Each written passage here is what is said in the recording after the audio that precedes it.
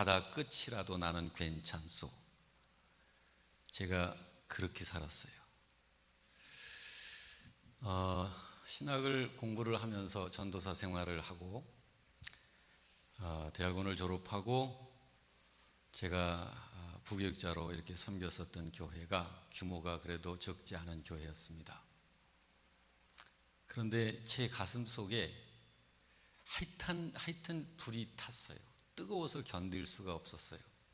그 뜨거움이 뭐냐면 교회 없는 아주 시골로 가야 된다, 나는. 그런 뜨거움이. 그래서 제가 섬기던 교회에 사임 의사를 표시하고 사직서를 제출했습니다. 그렇게 하고 저는 이제 왔어요. 아주 그 꿈을 품고 비전을 품고. 그렇게 온 곳이 26년 전에 안성으로 온 거예요. 그래서 정말 교회가 없는 시골 동네로 가서 개척을 시작을 했는데, 방이 있나요? 뭐 예배를 드릴 수 있는 공간이 있나요? 아무것도 없어요. 그래서 이장님을 찾아가서 인사를 드리고, 우리가 이곳에 이사를 와서 살려고 그러는데 방 좀 얻어주십시오. 시골이니까 복덕방이 없잖아요. 그래가지고 이장님이 이제 그 주선을 해주시는 거예요. 그 이장님이 연락이 왔어요. 방이 하나 있다고. 그래서 와 보니까 가로 2m, 세로 한 2.5m 되는 방이 딱 하나가 있어요. 그리고 그 방을 들어가는 부뚜막이 새까매요. 그래가지고 이 천정을 보니까 이 석가래가 쭉쭉 있는데, 이 진주할 만한 까만 그 이 끄름 탐하고가 하도 오래돼서 이게 뭉쳐가지고 도돌도돌도돌하니 붙었어요. 그리고 이 부뚜막에 이 가마솥이 큰 게 걸려 있었던 그런 집이고, 수도도 없습니다. 하수도도 없어요. 방이 났다고 나는 좋아가지고 그 방을 딱 들여다 보니까 이게 내 방이지. 그러면서 기뻐서 서울로 가가지고 아내한테 여보 방 얻었어. 그랬더니 가보자는 거예요. 그래서 같이 내려왔죠. 나는 이제 거기가 내가 살 집이다, 방이다. 그렇게 하고 이제 내려왔어요. 근데 아내가 딱 대문을 들어서 그 부뚜막 쪽을 딱 들어서더니 안 들어가는 거예요. 그래서 왜 안 들어가? 그랬더니 도로 서울로 가자는 거예요. 그래, 그런 과정 중에 이제 하여튼 이삿짐을 싣고 내려왔어요. 아내가 혼수용품으로 가지고 왔었던 자개장롱, 그때 당시에 33년 전이니까요. 33년 넘었는가 보다. 그때 당시에는 그래도 괜찮은 자개장롱인데 그거를 방에 한 짝도 안 들어가는 거예요. 그래서 이 처마 밑에다가 딱 붙여서 세워놓고 그 밧줄로다가 이렇게 묶어가지고 앞으로 이렇게 쓰러지지 말으라고 그렇게 묶어놓고, 비닐로다 비 맞지 말라고 이렇게 쳐놓고, 그렇게 하고서 이제 제 책은 지금 이제 현재 있는 책은 한 4분의 1도 안 돼요. 다 이제 공부하는 후배들 줘버리고, 이 책을 방에다가 이 들어가는 현관문만 빼놓고 죄 그냥 해가지고 앵글로 책을 꽂을 수 있도록 짜가지고 뺑 눌러 쳐놓으니까 우리 네 식구가 타닥타닥 붙어가지고 이렇게 누우면 딱 맞는 거야, 아주. 그렇게 사는데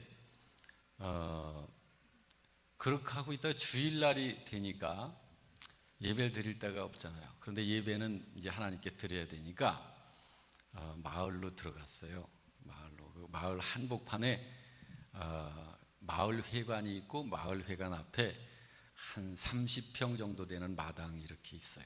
그리고 이제 수양보들 나무가 한 그루가 있었고, 그래서 그 수양보들 나무를 머리 위로 이렇게 늘어지게 이렇게 하고 거기 서서 아내가 조그마한 이 키보드를 하나 이렇게 연주를 하고, 그 다음에 이제 우리 큰애, 작은애 이렇게 해서 옆에 서서 예배를 드리는 거예요.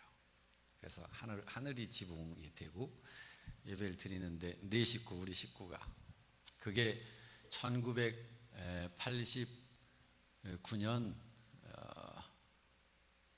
8월 17일입니다. 그래서 그렇게 예배를 처음 딱 드리는데, 이렇게 동네 애들이 어디선가 이렇게 막 나오더니 예배 마칠 때쯤 돼서는 거의 마당에 애들이 이렇게 꽉 찼는데, 우리를 이렇게 하고선 사이드로 이렇게 해서 마을 해관 뒤에 기대에 서가지고 우리를 구경을 하는 거야. 이렇게 하면서, 그때 아이들이 코 찔찔이들, 코 이렇게 하면 그냥 이렇게 나왔던 코가 쑥 들어가고, 이제 그런 아이들, 이제 그런 아이들이 이제 모여서, 어른은 한 명도 없어요. 자전거를 타고 이렇게 지나가다가 힐끔 쳐다보고 지나가고 그만이. 그래서 이 아이들을 데리고 이제 목회가 시작이 된 거예요. 그렇게 한 2달, 석 달을 이렇게 예배를 드렸는데, 11월 달이 되니까 추워서 예배를 못 드리겠어요, 밖에서. 그래서 하나님한테 기도해서, 하나님, 이렇게 추워서 밖에서 예배를 못 드릴 것 같아요. 예배 드릴 수 있는데 따뜻한 데를 주세요. 그랬더니 그렇게 하고서 며칠 안 지났는데 그 경로 회장님이 오셨어요. 찾아오셨어요. 그래가지고 이 젊은 양반, 우리 그 경로당이 있는데 거기 쓰면 어때요? 거기 우리 일요일 날은 거기 안 쓰고, 그러니까 거기 좀 쓰시면 어때요? 그래. 그래서 아이고, 하나님이 보내주셨잖아요. 너무 감사해서 감사하다고. 그리고 이제 그 경로당을 사용을 하기 시작했어요. 경로당이 얼마 만에 했냐면은 요 성가대석에서 한 요 정도 나오는, 여기서 이렇게 요 성가대석만에 경로당이. 그래, 거기다가 요거 하나 놓고 이제 예배를 드리는 거예요. 그 동네 애들이 100%가 다 나왔어요. 안 나오면 왕따 당할 것 같아가지고 전부 다 나오는 거예요. 그 경로당이 꽉 차가지고 모자라가지고 입구 신발 벗는데 거기 서서 그렇게 해서 이제 해서 예배를 드리고 여름 성경학교도 하고 그랬습니다. 그렇게 살면서 이렇게 오늘까지 왔는데, 제가 지금 좀 정신이 든 것 같아요. 그래서 그때를 생각하면서 내가 그런 개척을 다시 한다면 할 수 있을까? 근데 지금은 절대로 못합니다. 절대로 못해요. 지금은 도저히 그렇게는 못할 것 같아요. 근데 그때는 어떻게 그렇게 했을까? 지금도 제가 그게 의문이에요. 어떻게 해서 제가 그런 개척을 할 수 있었는지. 그리고 거기서 11시에 예배를 드리고 마치고 자전거에다가 또 그대로 이렇게 성경 찬송 싣고 우리 애들 이제 뒤에 이렇게 태우고 그렇게 하고, 거기서 2km 떨어진 또 한 동네를 들어갑니다. 그럼 거긴 느티나무가 있어요. 그 느티나무에 그 동네 애들이 또 다 와서 기다리고 있는 거예요. 우리가 이제 자전거를 끌고 저기 동구 밖에서 이렇게 들어오면 애들이 막 손을 흔들고 막 그래요. 그러면서 영락교회가 이렇게 시작이 된 것입니다. 오늘까지 이렇게 온 걸 이렇게 보면은 제가 제정신인가, 이렇게 보니까 제정신은 아니었어요. 분명히 주님 정신으로 온 것이더라고요. 주님께서 하신 일이에요. 그래서 그때의 그 동네에서 교회 나와서 예수님 믿고 방학 때마다 이 애들을 데리고 일주일 제자훈련을 하고, 그 다음에 제자훈련 기념으로 이 애들을 데리고 무조건 서울로 올라갔어요. 서울로 올라가서 애들 보여줄 수 있는 건 다 보여주는 거예요. 남산으로부터 시작해서 케이블카 타고 경복궁, 덕수궁, 그리고 또 뭡니까 시장, 남대문 시장, 또 이렇게 무슨 그 전람회 같은 거 있을 때는 그런 거 다 관람시켜주고, 그렇게 해서 애들을 키웠는데 이 아이들이 지금 다 30대 중반 그리고 40 이렇게 됐는데요. 다 믿음이 들어가 있어요. 이렇게 밖에 나가서 믿음 생활 참 잘하고, 그 중에서 이제 또 교편 생활하는 그 아이도 생겼더라고요. 그래서 저기 교사들 신우회 이런 것도 인도하고, 참 그래서 참 굉장히 보람이 있었다. 근데 주님이 바로 그때 그 일을 하셨구나. 근데 제가 그런 목회를 하면서 저는 11년 만에 손을 들었어요. 항복했어요. 근데 11년 만에 항복한 건 아니고 5년 만에, 5년 딱 지나니까 하나님, 여기는 제가 있을 곳은 아닌 것 같습니다. 네. 너무 힘들었어요. 정말 죽을 것 같았어요. 그래서 하나님, 이곳에서 이렇게 와서 목회를 할 분을 보내주시고 저는 나가겠습니다. 그런 기도를 하고 아내한테 여보, 우리 나갑시다. 그랬더니 아내가 어떻게 나갈 거냐요. 그래서 또 개척해야지. 그랬더니 개척은 죽어도 안 한대요. 그럼 어떻게 나가? 여기서는 난 도저히 더 못 있겠어. 너무 힘들어. 그래서 아내는 개척하지 말고 부임지를 찾아서 가자는 거예요. 그런데 여러분, 한국의 교회가, 우리 합동측 교단 교회가 이제 10,000교회가 좀 넘습니다. 그런데 우리 합동측 교단에서 목회자로 해마다 배출되는 그 후보생들이 몇 명인지 아세요? 지금 우리나라에 목사 안수받고 목회 못하는 분들이 널렸어요. 그래서 이 후임지를 찾아서 이렇게 간다고 하는 건 그냥 쉬운 말로 하늘의 별 따기. 그러니까 후임지 찾다가 은퇴할 때 되는 거예요. 그러니까 개척을 해야 해. 그런데 저는 항상 제가 갖고 있는 원칙이 있어요. 그게 뭐냐면, 주님께서, 그때 제가 그거를 깨달은 거예요. 여기 안성에 내려올 때는 제가 그냥 홀로 그렇게 해서 내려와서 아내의 동의는 좀 얻었지만, 그렇게 왔지만, 어떤 일을 하든지 간에 주께서 우리 둘을 이렇게 하나로 맺어주시고 온전케 하신 분이 주님이신데, 우리 둘이 걸어가는 이 생애가 목회자의 생애가 됐든 어떤 생애가 됐든 항상 한 마음으로 간다. 그래서 아내한테 개척합시다. 그 아내는 개척은 안 된다. 하여튼 나가는 데는 동의하는데 개척은 안 된다. 그래서 그거 이야기하고 그 개척하는데 한 마음 되도록 하는 시간이 7년 걸린 거예요. 6년 걸린 거예요. 그래서 6년 만에, 그러니까 5년에 제가 손들었는데 5년 지나고, 그때서부터 아내랑 대화를 이렇게 시작하고 11년도에서 아내가 개척 좋다 하자.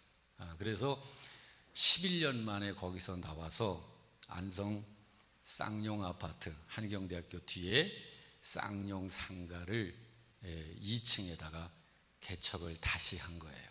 그것이 우리 영락교회입니다. 그때가 15년 전이죠. 그래서 우리 영락교회가 15살이에요. 지금 여러분 나이 15살이에요. 그렇게 시작이 된 겁니다. 그래서 이제는 주님께 제가 편해요.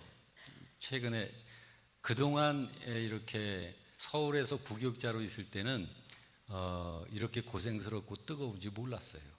그때는 저희 사택 다 교회에서 주고, 생활비 다 대주고, 애들 학자금 다 대주고, 뭐 성미 나오는 거 한 달에 40kg씩 그냥 다 매달 대주고, 뭐 전화요금이니 공공요금 다 교회에서 내주고, 그냥 사례비 이렇게 받는 걸 가지고 그냥 우리가 이렇게 책도 사보고 여유롭게 그렇게 했었는데, 개척을 뭣도 모르고 이렇게 개척 내려와 가지고 반은 죽다 살아났어요. 그런데 제가 그 내면을 알아요. 하나님이 저를 아시거든요. 저는 많이 속았어요. 왜 속았냐면 제가 섬겼던 교회에 교인들이 저보고 그랬어요. 전도사님은 목회하시면 잘할 거예요. 그런데 하나님은 너 네 꼬라지를 알아. 그러니까 하나님이 나를 아시고 거길 보내신 거예요. 그 세상에 거기 아니면 나는 안 간다라는 이게 꽂혀가지고 어디서 뭘 해도 안 들어오는 거예요. 오직 거기만 가야 해. 거기 그 촌 거기만. 그래가지고 거기 가가지고 11년 동안 죽은 거야 아주 그냥. 근데 그 11년 동안 하나님이 말하자면 이렇게 다 이렇게 다듬으신 거예요. 이렇게 그냥 쳇바퀴에 넣어가지고. 그래가지고 저의 못난 거 다듬어가지고 그래서 11년 만에 다듬어져서 15년 더 시간 걸린 게 요 모양입니다. 지금 제가 그 모양을 갖고 있는 거예요. 그래서 하나님께 참 너무너무 감사하고 그 지난날에 그런 그 시간들이 역시 나는 내 정신으로는 살지 않았구나. 이제 그런 것을 생각을 합니다. 오늘 이렇게 괜히 내 간증 비슷하게 해가지고서 시간이 한 20분 갔는데 오늘 말씀 들을까요 말까요? 네, 어떻게 할까요?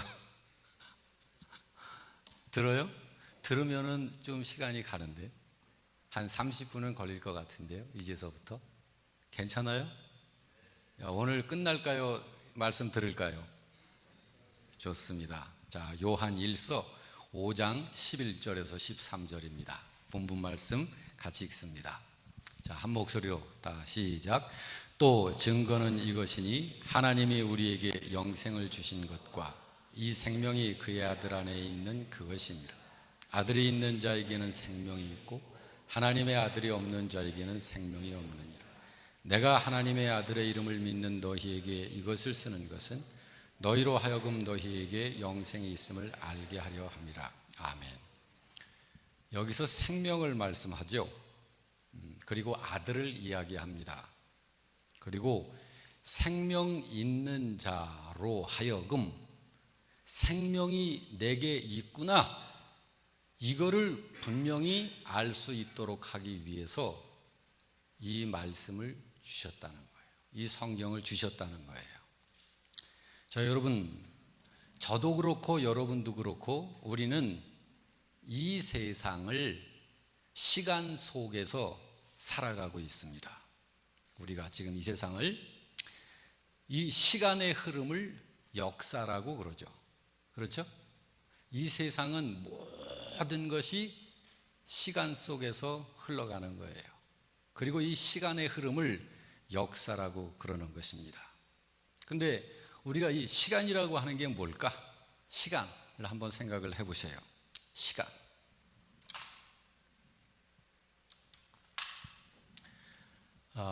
시간은 시작된 거죠. 언제 시작됐죠? 자, 시작이 이제 됐어요. 시작이 된 거예요. 요때 시간이 시작된 거예요. 요때가 언제인가요? 태초입니다. 태초. 이 시작된 시간 속에서 여러분과 제가 살아가고 있는 거예요. 그리고 지금 역사는 계속 흘러가고 있습니다. 바로 이곳이 이 세상이에요. 지금 여러분과 제가 살고 있는 이 세상입니다. 그래서 이 세상은 시간 역사 속에서 가고 있는 거죠. 자, 그렇다면 여러분, 시간은 시작이 있는 거죠. 자, 시작이 있으면 우리의 미래가 이렇게 이제 있어요. 이 역사는 더 이루어져 갈 거예요. 그런데 시작이 있는 이것은 반드시 뭐가 있어요? 끝이 있습니다. 이때가 언제인가요? 끝날, 종말이죠. 종말. 이때가 종말입니다. 그래서 시작이 있고 끝이 있다. 무엇이? 이 세상은. 그리고 이 세상이 흐르는 것은 시간 속에서 흘러간다. 그러면 이 세상은 시작과 끝, 이 제한적이고 한계적인 이것이기 때문에 이 시간이 끝이 나면 그 다음엔 어떻게 될까요? 시간이 끝나면 이 세상이라고 하는 것이 시간 속에서 지금 흘러가고 있는 거거든요. 그러면 이 시간이 끝나면, 자, 이 시간 바깥에 그 무언가 있지 않겠어요? 이 시간 바깥에. 자, 시간이 시작되어지기 전에는 뭐가 있었을까요? 이 시간이라고 하는 거는, 세상이라고 하는 건 시작된 시간이 있는 거예요. 그리고 언젠간 반드시 끝이 납니다. 시간이 시작되어지기 전, 이 세상이 시작되어지기 전에 이때가 뭘까요? 이게 영원의 세계예요. 영원의 세계. 그리고 이 시간이 우리가 멈춰지게 되면 이것을 이제 우주적 종말, 이 세상이라고 하는 우주적 끝이 있기도 하지만 개인적 끝도 옵니다. 이 개인적으로 여러분도 그렇고 저도 그렇고 이 세상에서의 나에게 주어진 시간이 딱 이제 끝이 나면 그땐 어떻게 될까요? 우리는 이 시간 세계 밖으로 나가야 해요. 그런데 뭐가 있어야 나갈 거 아니에요. 뭐가 있어야 나갈 거 아니에요.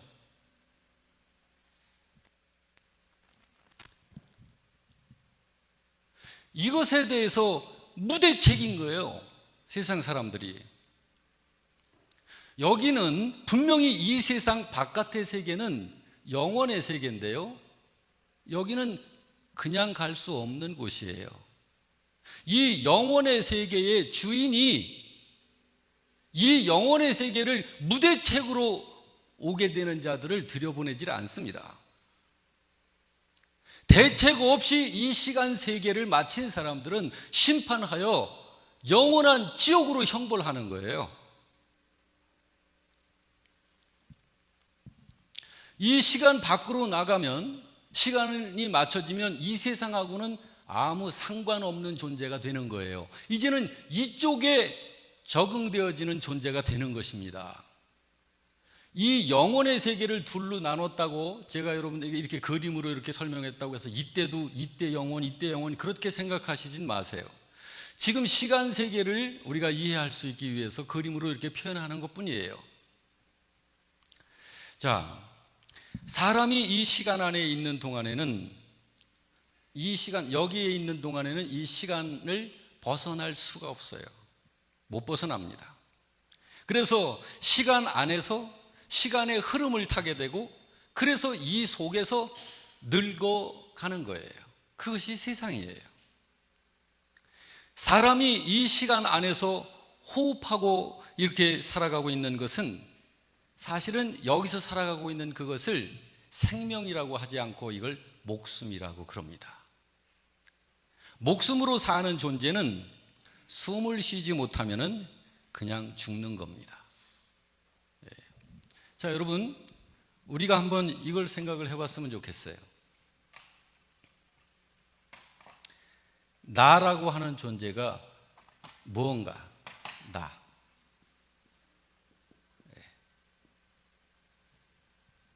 내가 무언가요?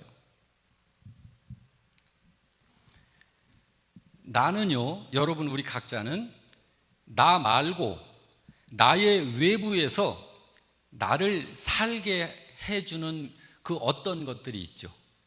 그렇죠? 그것이 음식이 될 수도 있고요. 음식이 나를 살게 해줍니다. 또는 공기, 숨 쉬어야 되니까 공기. 이것이 있어야 되고요. 또 뭐가 있어야 될까요? 나를 지금 이렇게 유지시켜주고 있다고 여겨지는 것.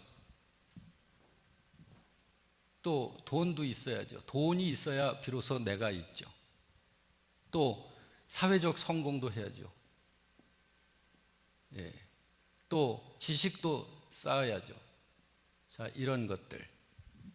그래서 이런 것들이 나 말고 이 바깥에서 내게 들어와 주지 않으면 나는 죽는 거예요.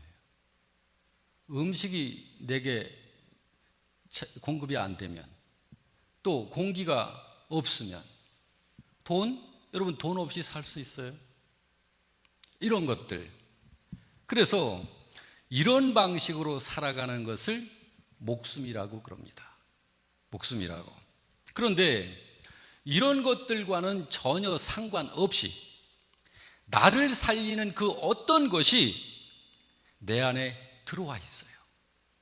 그것을 생명이라고 그럽니다. 그것을 생명이라고 그래요.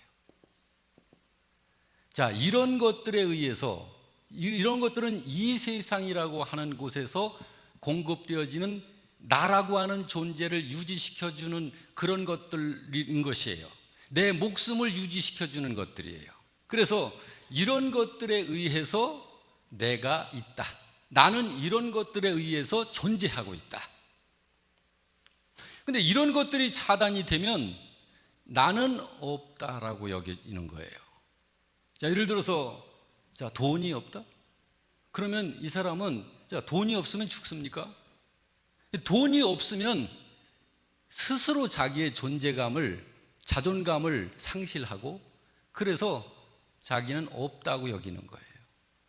그래서 더 이상 자기 자신에 대해서 자기의 인생을 자기가 책임지질 않습니다.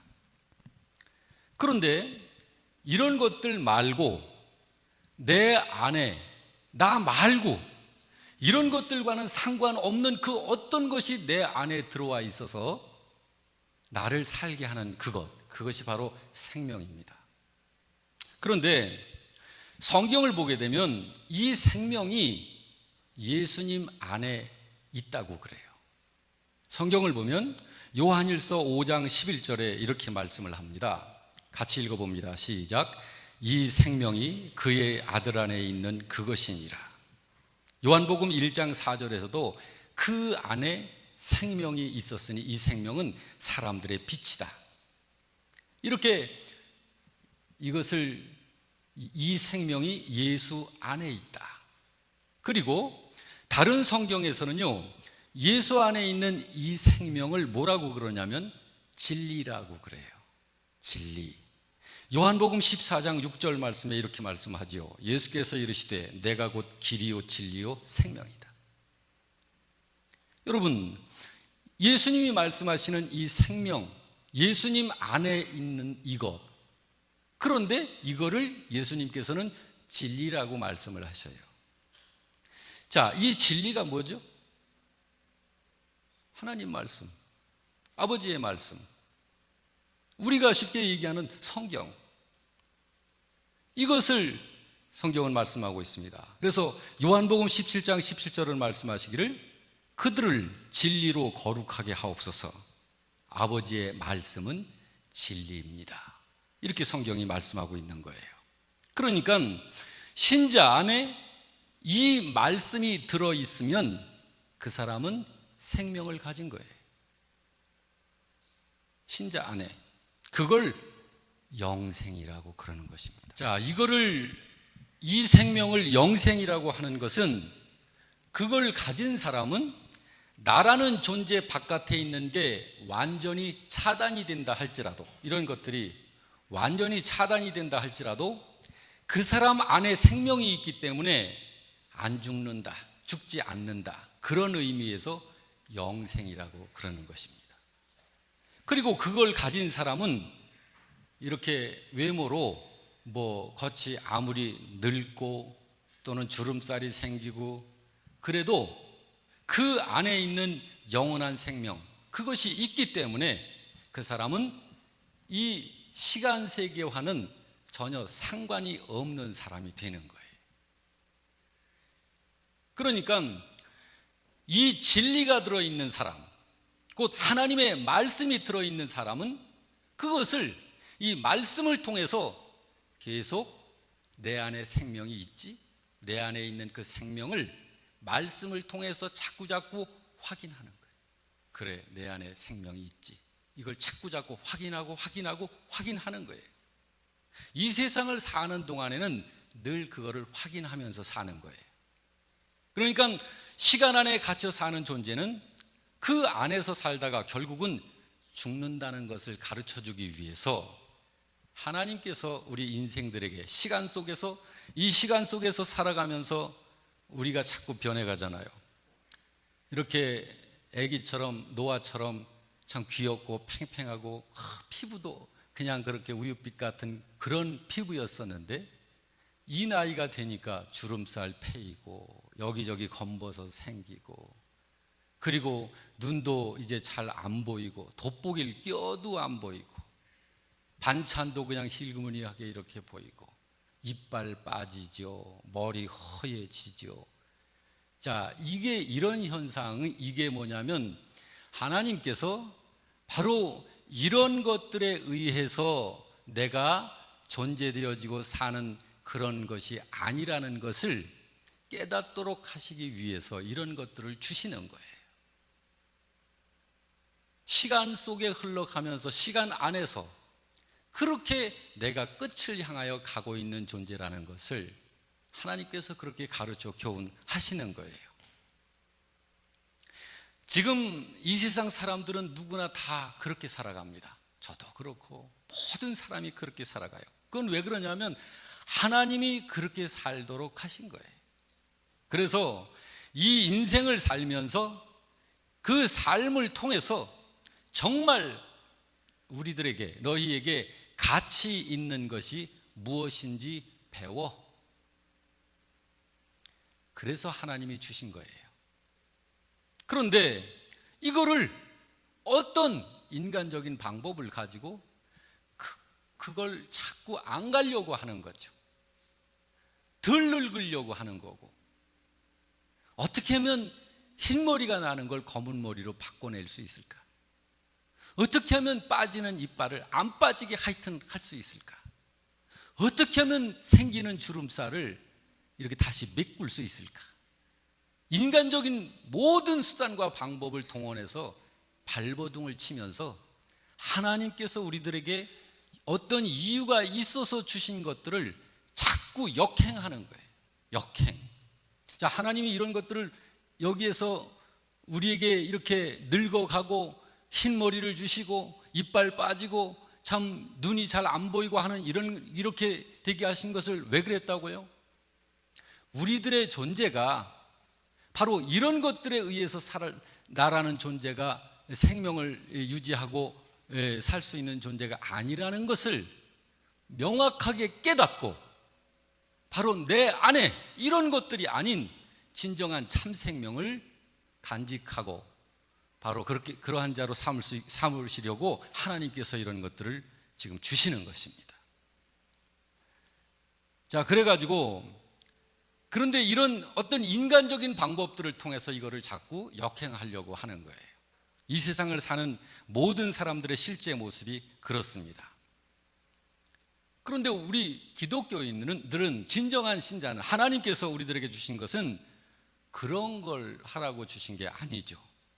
진정한 아름다움, 진정한 기쁨, 진짜 생명이라고 하는 것은 이 세상 시간 안에 있는 바로 이런 것들에 의해서 주어지는 것이 아니라 저 위에 있는 것이구나 라고 하는 것을, 그것을 배우라고 주시는 거예요. 그래서 이 세상에서 아무리 좋은 일이 있고 그래도 하나님 앞에 나와가지고 함께 찬양하고 하나님께서 주시는 같은 진리의 말씀을 같이 영의 양식으로 섭취하고 같은 복음, 같은 말씀을 나누고 있는 내 형제 자매들을 만나서 함께 교제하고 예배하는 것을 제일 행복해 하는 것입니다. 여러분, 이렇게 이 세상을 살 때 이 세상에서 우리들에게 참 우리가 거부하고 싶은 것들처럼 그렇게 세상 사람들이 거부하려고 하는 그런 것들을 통해서 하나님이 우리들에게 진짜 행복이 어떤 것인지, 진짜 기쁨이 어떤 것이고, 진짜 생명이라고 하는 것이 어떤 것인지를 하나님은 가르쳐 주고 싶어 하시는 거예요.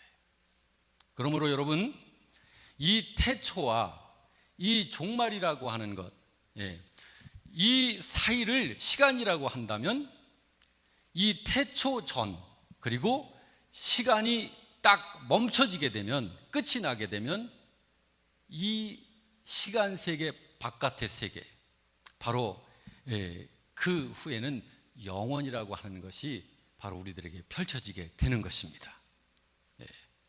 자, 태초라는 시간이 있고 나서 이 태초에 이때 시간이 시작이 되면서 우리들이 지금 살고 있는 이 세상, 만물, 그리고 여러분과 나, 뭐 나무, 풀, 뭐 이런 모든 것들이 생긴 거죠. 바로 그것을 창조라고 그럽니다. 태초 이전에는 이런 것들이 없었던 거예요. 자, 그러면 이 태초 이전에는 뭐가 있었을까요? 태초 전에. 지금 현재 우리가 이 안에 살고 있는데, 자, 시간이 시작되면서 모든 것들이 이때 창조가 되어졌으니까 시간이 시작이 되어지기 전에는 뭐만 있었을까요?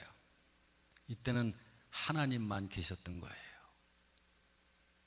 자, 그러면 시간이 시작이 됐죠. 그리고 이 시간 속에서 여러분과 제가 만들어졌고 모든 만물들이 이때 만들어져서 지금 이렇게 시간 역사 속에서 흘러가고 있는 거예요. 그런데 이 시간이 멈춰지게 되면, 자, 멈춰지게 되면 모든 것이 시간 밖으로 이제 나가게 될 터인데, 이 시간의 세계와는 아무런 상관이 없게 될 것인데, 그때는 어떻게 될까요? 이 시간이 끝이 나게 되면 그때는 뭐가 있게 될까요? 하나님이 당연히 계시고 또 영생을 가진 사람이 하나님과 함께 하는 것입니다. 그래서 이때 이 시간이 멈춰지게 되면 하나님과 하나님의 백성이 영원의 세계에 함께 있게 되는 거예요. 그거를 성경에서 말씀하고 있잖아요. 이 종말의 때에 세상이 어떻게 바뀌게 되어질지를. 띄워주세요. 요한계시록 21장 1절 말씀에 이렇게 말씀합니다. 같이 읽어봅시다. 또 내가 새 하늘과 새 땅을 보니 처음 하늘과 처음 땅이 없어졌고 바다도 다시 있지 않더라. 뿐만 아니라 요한계시록 6장 12절에서 14절은 또 이렇게 말씀합니다. 거기도 같이 봅니다. 내가 보니 여섯째 인을 떼실 때 큰 지진이 나며 해가 검은 털로 짠 상복같이 검어지고 달은 온통 피같이 되며 하늘의 별들이 무화과 나무가 대풍에 흔들려 설익은 열매가 떨어지는 것 같이 땅에 떨어지며 하늘은 두루마리가 말리는 것 같이 떠나가더라. 이렇게 이 시간이 멈춰지게 될 때, 이때가 되면 이 안에 있었던 것들은 이렇게 되는 거예요. 그러므로 여러분, 시간과 함께 발생된 것이 지금 현재 이 세상에 있는 모든 것들이에요. 자, 그렇다면 여러분 생각을 해보셔요. 우리는 이 세상, 우리가 살고 있는 이 세상에 있는 것들에 대한 것을 우리가 바르게 봐야죠. 그리고 우리의 관심이 어디에다가 우리가 이제 이 시간 속에 있을 적에 개인적으로 우리 각자가 나의 개인적인 시간이 끝나기 전에 우리가 반드시 해결해야 할 것이 무엇인가를 우리는 깨달아야 하는 거예요. 그러지 않겠어요?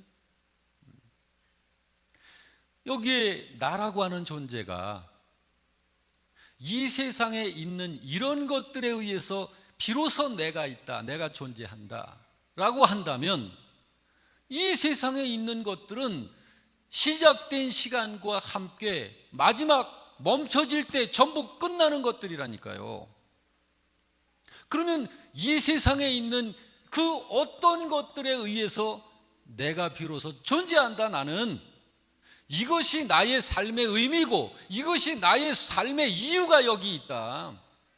예를 들자면 자식 문제, 배우자 문제 다 여기에 해당하는 거예요. 여러분 생각해 보세요. 어떤 분들은 정말 자식 하나 키우면서 사는 분들이 있잖아요. 근데 이 자식한테 자기 뭐라고 생각해요? 내가 사는 이유는 너 때문이에요. 근데 그가 참으로 안타깝게 학교 가다가 사고로 그만 세상을 떠났어요. 그 어머니가 아들 하나가 그의 인생이고 그의 생명이고 그의 전부라고 그렇게 알고 살았는데 그 아들이 사라진 거 없는 거예요. 그분은 뭔가요? 그러니까 스스로 나는 더 이상 살 가치도 없다 하고 스스로 자결하고, 이게 세상 안에서 비일비재하잖아요. 여러분, 그게 난가요? 이 세상에 영원하지 아니한 시작이 있었던 것, 시간과 함께 창조되어졌던 그것이 여러분과 나를 있게 하는 그 근본인가요? 그거 아니잖아요. 그런데 이런 것들에 의해서, 이런 것들로 비로소 내가 있다 라고 여겨지는 이것이 아니라는 것을 하나님께서는 성경을 통해서 이걸 깨우쳐 주시고 계신 거예요. 내가 어떤 것들을 계획하고 그거를 위해서 혼신을 기울이고 모든 에너지를 집중을 해도 정말 나의 그동안 쌓아왔던 모든 것을 다 거기에 투자해서 내가 인생을 건다. 그런데 그것이 성공이 되질 않고 확 뒤집어지는, 전부 날아가 버리는 거예요. 이런 것들을 통해서 하나님은 네가 비로소 살 수 있는 것, 너라는 존재가 있게 된 것은 그런 것들에 의해서 네가 있는 게 아니야. 이걸 깨우쳐 주기 위해서 하나님은 이 세상에 있는 그 많은 재료들을 가지고 그걸 사용을 하시는 것입니다. 저 같은 경우도 잘못하면 죽을 뻔했죠.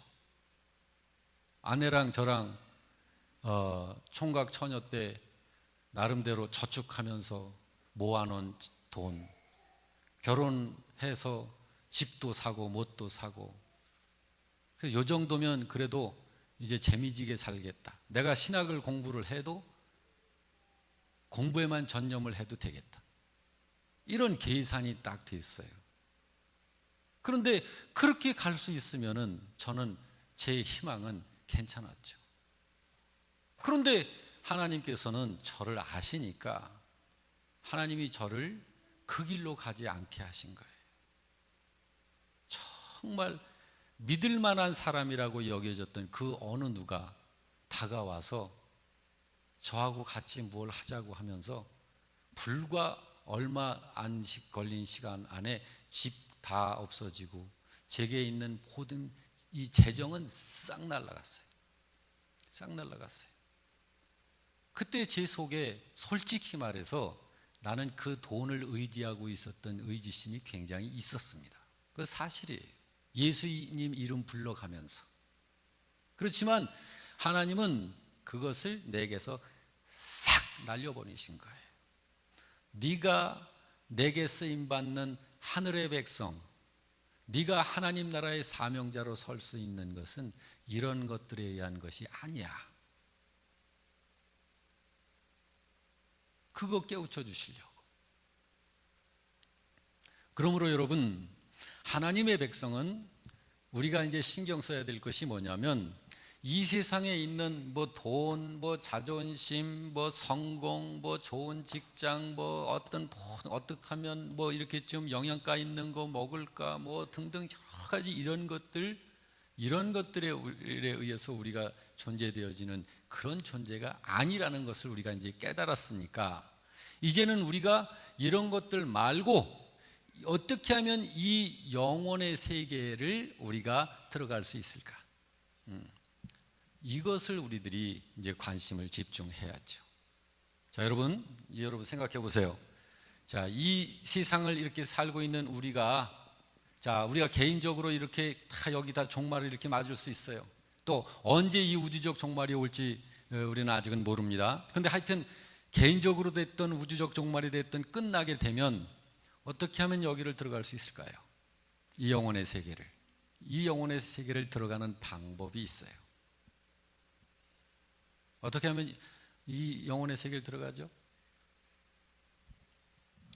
반드시 죽어야 됩니다. 죽어야.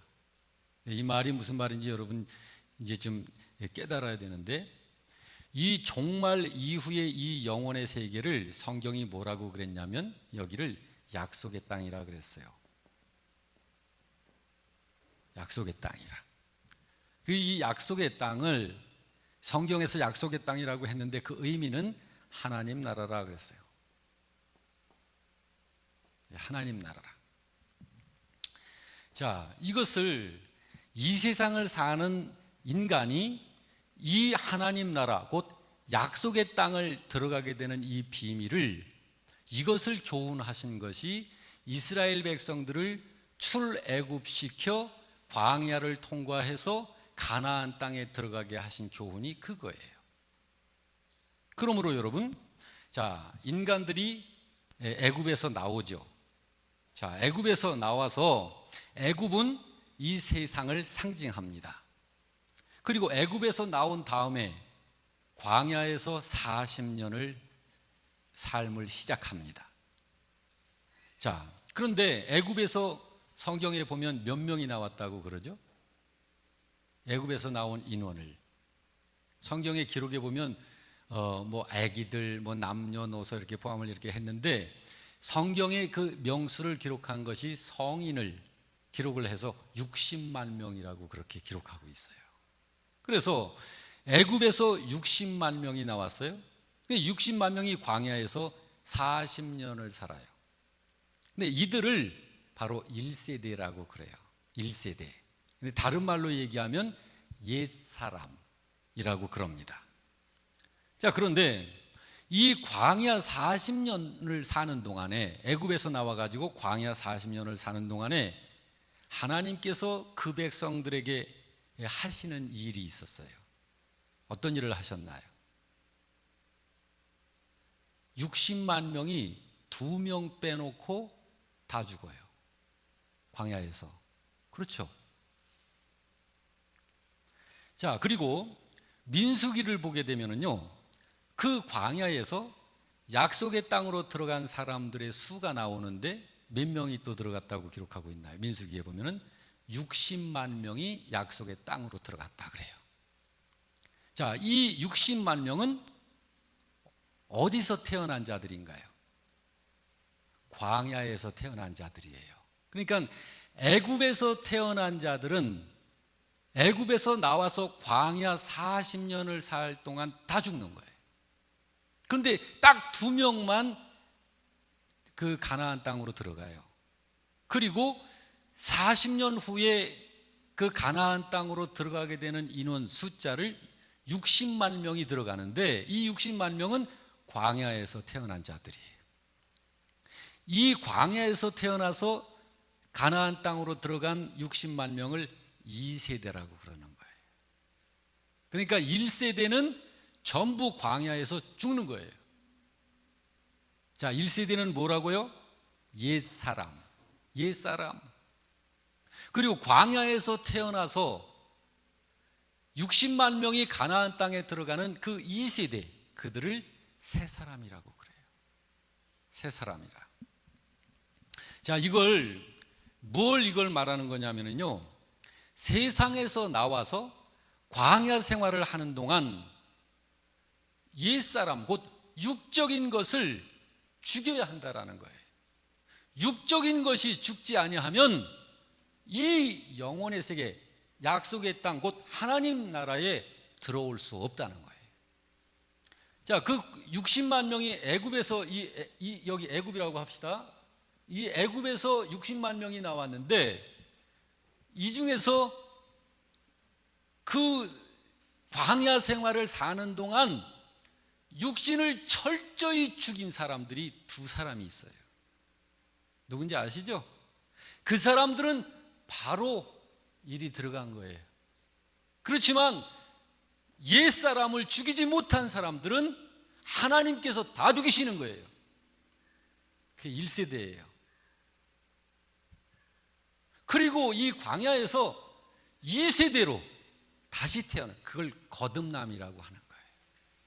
그래서 이 하나님 나라는 거듭나지 않으면 들어갈 수가 없는 곳이에요. 이거를 교훈하고 가르쳐 주신 것이 바로 출애굽 하나님의 백성들 광야 40년 세월 그리고 가나안 땅입니다.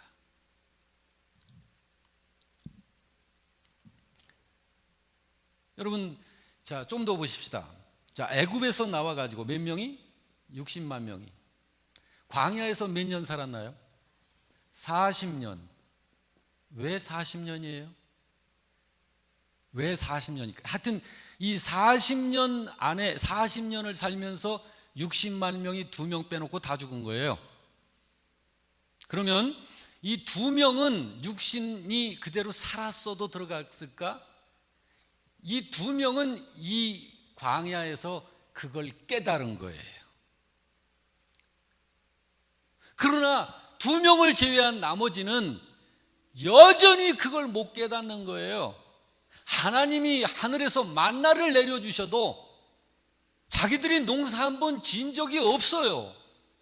40년간을 만나를 먹으면서도 그걸 못 깨닫는 거예요. 하나님께서 목마른 백성들에게 반석을 쳐서 반석 속에서 생수를 뽑아 주어도 그걸 마시면서도 이 60만 명은 그걸 못 깨닫는 거예요. 자기가 나라고 하는 존재가 있는 거는 이런 것들에 의해서 내가 있어. 이런 것이 없으면 나도 없는 거야. 그래서 이런 것들을 위해서 목숨 내걸고 사는 존재가 60만 명이에요. 이걸 깨닫질 못하고서는 하나님 나라에 들어올 수가 없다니까요. 그걸 하나님은 이 광야 40년 동안 60만 명을 죽인 거예요. 이 60만 명 죽은 게 뭘까요? 옛사람, 1세대 옛사람, 우리의 옛사람을 그대로 가지고는 여긴 못 들어가는 것이라고요.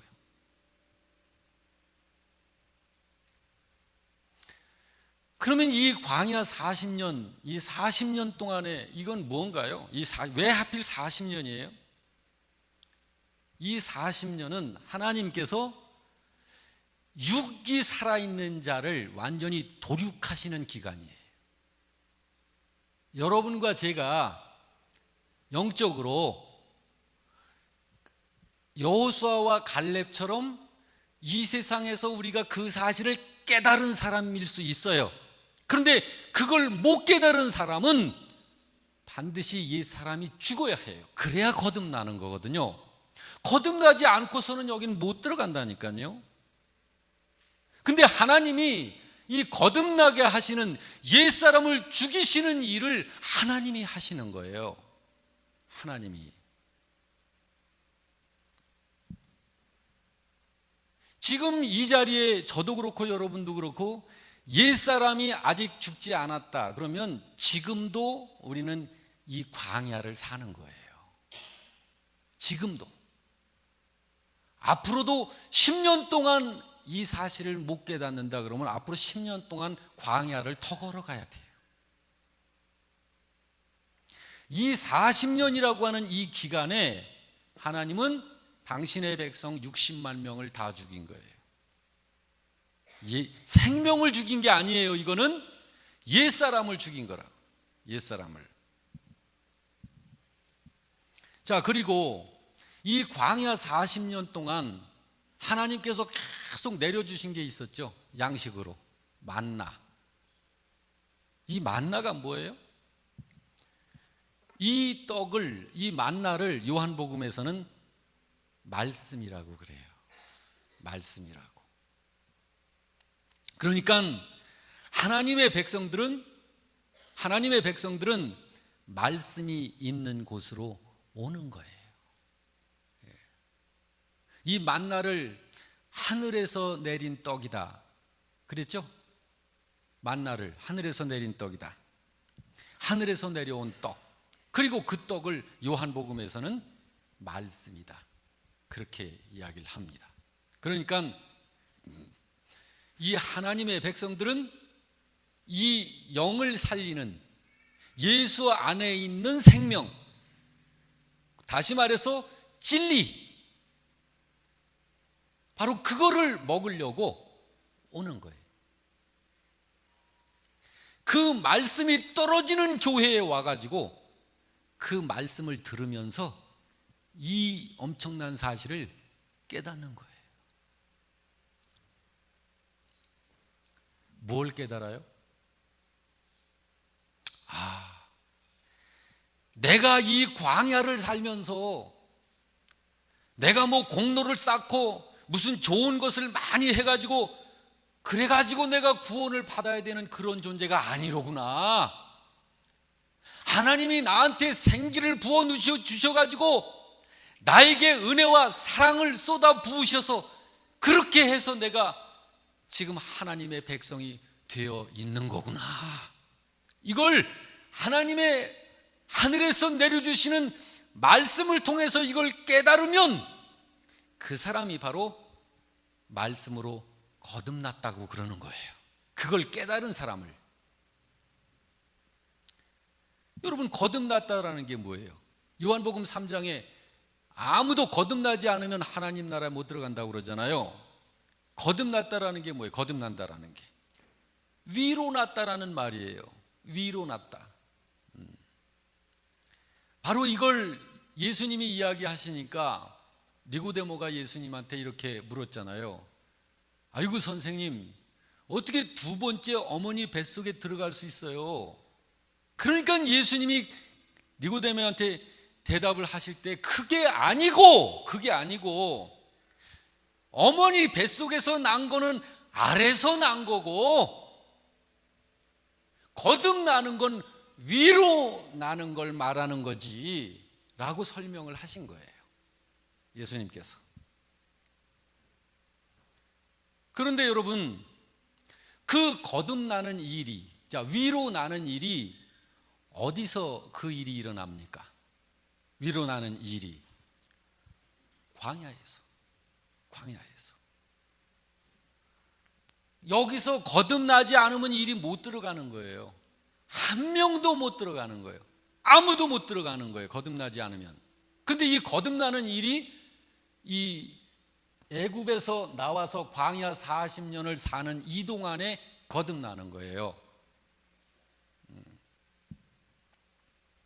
그러므로 한 사람이 거듭나는 순간, 다시 말해서 위로 나는 순간 뭐가 죽는 거예요?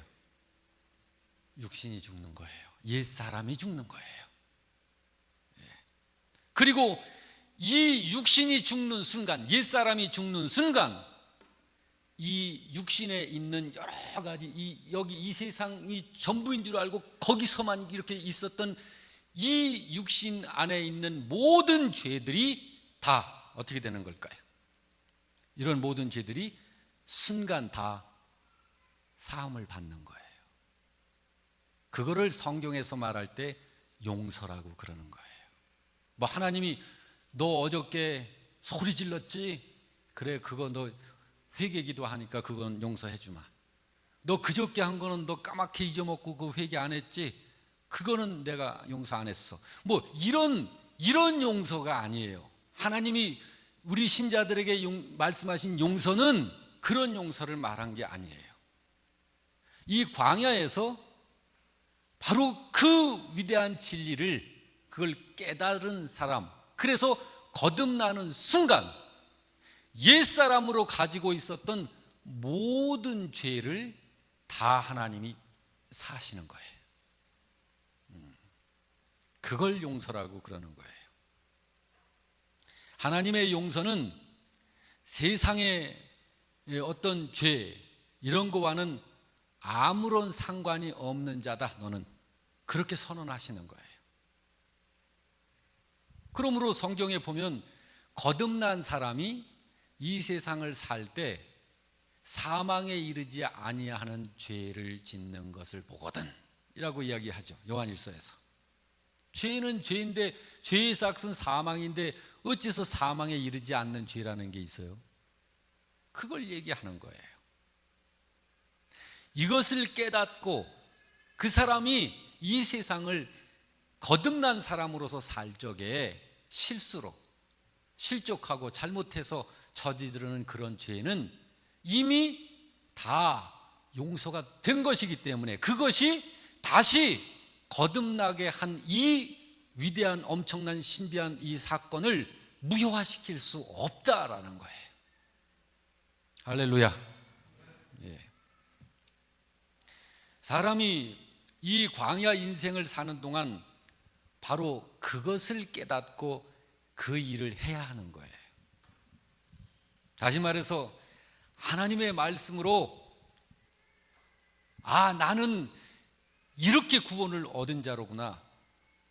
그래서 나는 이 세상을 살 때 이렇게 하나님 앞에 감사하고 하나님 앞에 찬송할 수밖에 없는 거구나. 이거를 아는 거예요. 이거를.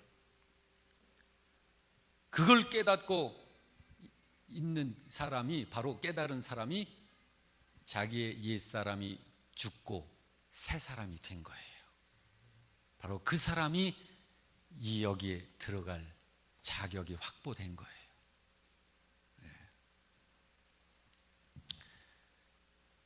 이런 사람은, 여기서 깨달은 사람은 이제 이쪽 여기를 앞으로 들어가게 될 그것이 아니라 여기서 이미 이 세계의 삶이 시작된 거예요. 그 사람은. 그래서 벌써 여기서부터 여기의 삶을 벌써 살아가고 있는 거예요. 단지 이 육신이 지금, 이 몸이 지금 이제 여기에서 우리가 벗어나야 하는 거죠. 그래서 로마서 8장 10절, 11절이 그걸 이야기한 거예요. 자, 그것만 찾아보고 마치겠습니다. 여기 스크린에는 없어요. 성경 한번 찾아보세요. 로마서 8장 10절, 11절입니다.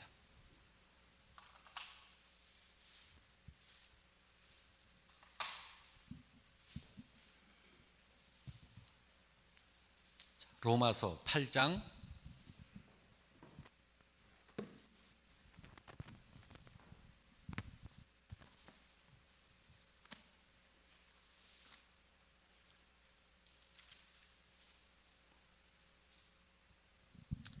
10절만 읽어보십시다. 다 같이. 또 그리스도께서 너희 안에 계시면 몸은 죄로 말미암아 죽은 것이나, 거기에 몸은 죽은 것, 죽은 것에 밑줄을 치세요. 자, 지금 영생을 가지고 있는 사람 얘기한 거예요. 자, 참 생명이 뭐라고요? 누구 안에 있다고? 그 생명이 예수님 안에 있는 것이다. 그 생명이. 근데 그 생명이 뭐라고 그랬어요? 그 생명이 바로 말씀이다. 진리다. 진리. 근데 그 진리가 뭘 얘기하는 거예요? 아버지의 말씀. 네, 아버지의 말씀. 그래서 자, 예수 그리스도께서 가지고 계신 그 생명, 그것이 바로 진리인데 그 진리가 아버지의 말씀이다. 그러므로 이 말씀을 가지고 있는 사람은 바로 똑같은 말이에요. 바로 그리스도께서 너희 안에 계시면, 이 말이 바로 그 생명이 너희 안에 있으면 자, 몸은 죽은 거다. 자, 지금 이렇게 체온이 있고 심장이 뛰는데 이 몸은 죽은 거다. 물론 이 몸은 이 의미 외에 이런 옛사람이라고 하는 것도 의미를 한다고 우리가 받아들여도 돼요. 그래서 옛사람은 죽은 것이다. 그런데 여기서 말하는 것은 지금 이 부활에 대해서 말씀을 하고 있는 것이기 때문에 이 육신을 의미한다고 보는 것이 더 맞습니다. 그래서 말미암아 죽은 것이나 영은 의로 말미암아 살아있는 것이니라. 그런데 11절 다 같이. 예수를 죽은 자 가운데서 살리신 이의 영이 너희 안에 거하시면, 우리 안에 계신가요? 자, 이 영이 뭔가요? 이 영이 성령님이신데 영이 내 안에 계시다라고 하는 건 뭘로 알 수 있어요? 예수 안에 있는 그 생명이 내 안에 들어와 있으면, 같은 말이에요. 자, 그 예수 안에 있는 그 생명이 뭐라고요? 그게 진리다. 그게 진리. 그 진리가 뭐라고요? 말씀, 생명의 말씀.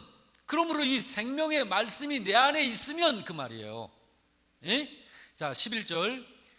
자, 예수를 죽은 자 가운데서 살리신 이의 영이 너희 안에 거하시면 그리스도 예수를 죽은 자 가운데서 살리신 이가 너희 안에 거하시는 그의 영으로 말미암아 너희 죽을 몸도 살리시리라. 여기는 왜 죽을 몸이라고 했을까요?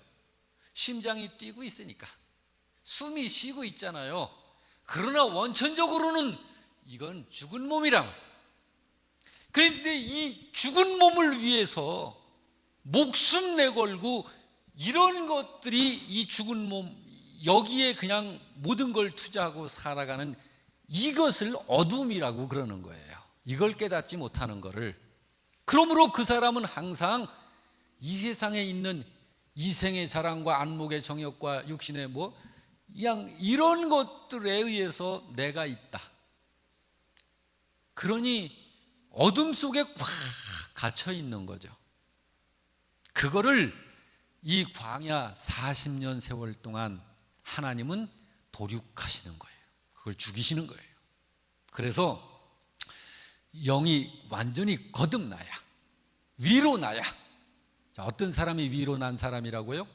하나님의 말씀을 통해서 바로 그 사실을 깨달은 사람이 거듭난 거예요. 예. 여러분, 이 사실을 깨닫습니까? 예. 우리가 거듭난 거예요. 그러므로. 근데 이제 이 증거가 이제 삶으로 나타나는 거죠. 진짜 거듭난 사람, 그 다음에 아직 거듭나지 않았지만 난 희망해. 근데 모르겠어. 그런데 거듭나는 쪽에 난 서야 해. 라는 기대를 가지고 난 거듭났다라고 말을 할 수 있어요. 근데 이거는 뭘 보고 아냐면 증거로 아는 거예요. 증거. 예수 그분이 내 안에 있느냐 없느냐. 진짜 생명이 내 안에 있느냐 없느냐. 그 생명이 뭐라고요? 진리. 진리는 뭐라고요? 생명의 말씀. 이 말씀이 내게 있느냐 없느냐. 이 말씀이 있는 사람은 당연히 말씀으로 사는 거예요. 말씀을 알지만 말씀으로 안 사는 이유는 뭐예요? 말씀이 없는 거예요. 그 사람은. 말씀을 있는 사람은 말씀으로 살지 않을 수가 없는 거예요. 말씀을 가졌다고 하면서 삶이 안 나오는 건 귀신들도 가지고 있는 지식적인 믿음의 자리에 있는 거예요. 그러니까 그 믿음은 구원받는 믿음이 아닌 거예요. 예수님이 이 진리를 분명히 말씀하셨잖아요. 가시나무에서 포도를 맺을 수 없고, 또 뭔 나무라고? 찔레나무에서 무화과를 맺을 수 없느니라. 여러분, 분명히 말씀을 가지고 생명을 가지고 있는 사람이라면 그 생명이 나오는 거죠. 그 삶이. 어찌 알기는 아는데 안 나옵니까? 그건 주님이 다, 그렇다면 주님은 잘라버리시겠다는 거예요. 그건 하나님 나라에 합당하지 않다는 거예요.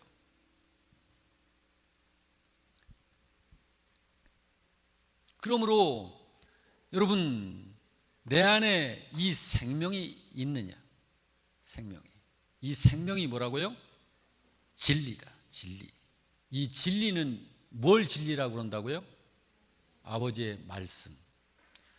아버지의 영, 그럴 때 성령님, 그런데 성령님은 말씀과 함께, 말씀을 통하여, 말씀과 더불어서만 역사하십니다.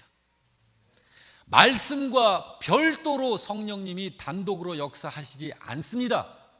그렇게 못하셔서가 아니라 삼위 하나님의 이 구원 역사에 있어서는 철저히 하나님께서 그렇게 결정하신 거예요. 삼위 하나님이.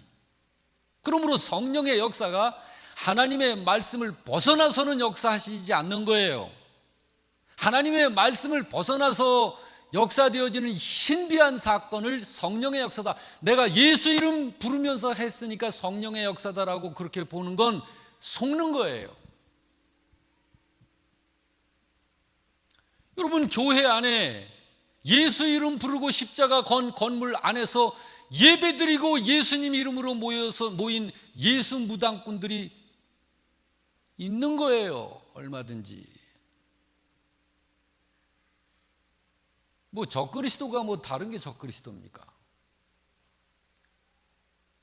우리가 이런 사실들을 깨닫지 않으면 우리 옛사람이 안 죽는 거예요. 옛사람이 죽지 않으면 하나님은 절대로 여기 안 들여보내시는 거예요. 하나님은 당신의 택함 받은 백성들 이 광야 40년 세월 동안 반드시 육신을 도륙하십니다. 그러므로 철저히 우리는 죽어야 해요. 이 사실을 깨달은 사람이 거듭난 사람이에요. 여러분, 우리는 그런 사람들입니다. 할렐루야.